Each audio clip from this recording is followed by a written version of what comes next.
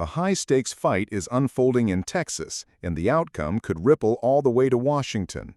Republicans in the state legislature are racing to redraw congressional maps, and Democrats are weighing a dramatic countermove, leaving Texas altogether so the House can't legally vote. Here's the setup. Governor Greg Abbott opened a special legislative session on July 21st. Alongside flood relief funding and other urgent items sits a mid-decade redistricting bill, pushed by national GOP leaders and former President Donald Trump. The goal?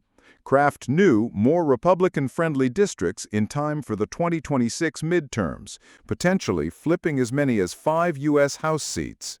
Democrats call it a blatant power grab. Their only real weapon is a quorum break. Texas law requires 2/3 of House members to be present before any business can proceed. If 51 of the chamber's 62 Democrats physically leave the state, the House grinds to a halt. This isn't an idle threat. Democratic organizers are already raising money to bankroll an escape.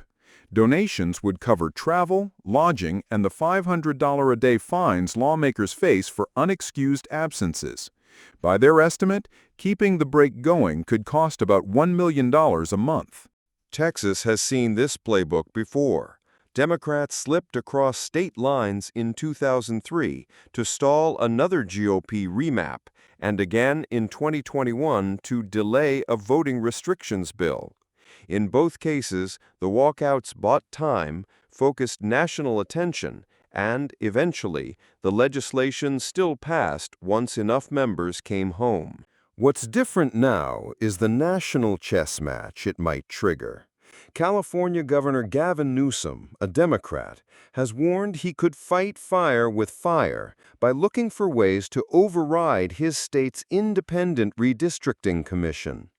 That could let California Democrats redraw their own maps and claw back any seats the GOP gains in Texas, setting off what some analysts call a coast-to-coast redistricting war. So why haven't Texas Democrats bolted yet? Timing and optics. The special session also includes disaster relief funding after floods that killed more than 130 people. Walking out now could look like abandoning constituents in crisis. And even a successful quorum break would only delay the maps. Once Democrats return, Republicans could pass them in minutes, just as they did after the 2021 walkout. For now, Democrats are keeping their options open.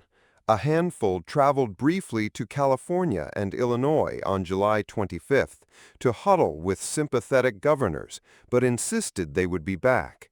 Still, they've made it clear that if the GOP tries to force a redistricting vote, suitcases could be packed within hours. Watch 3 things in the days ahead.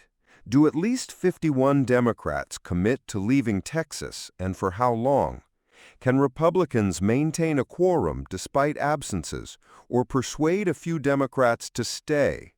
If Texas maps do pass, does California follow through on its threat, escalating the fight nationwide? However it ends, the battle over where lawmakers physically sit today will help decide where political power sits for the rest of the decade.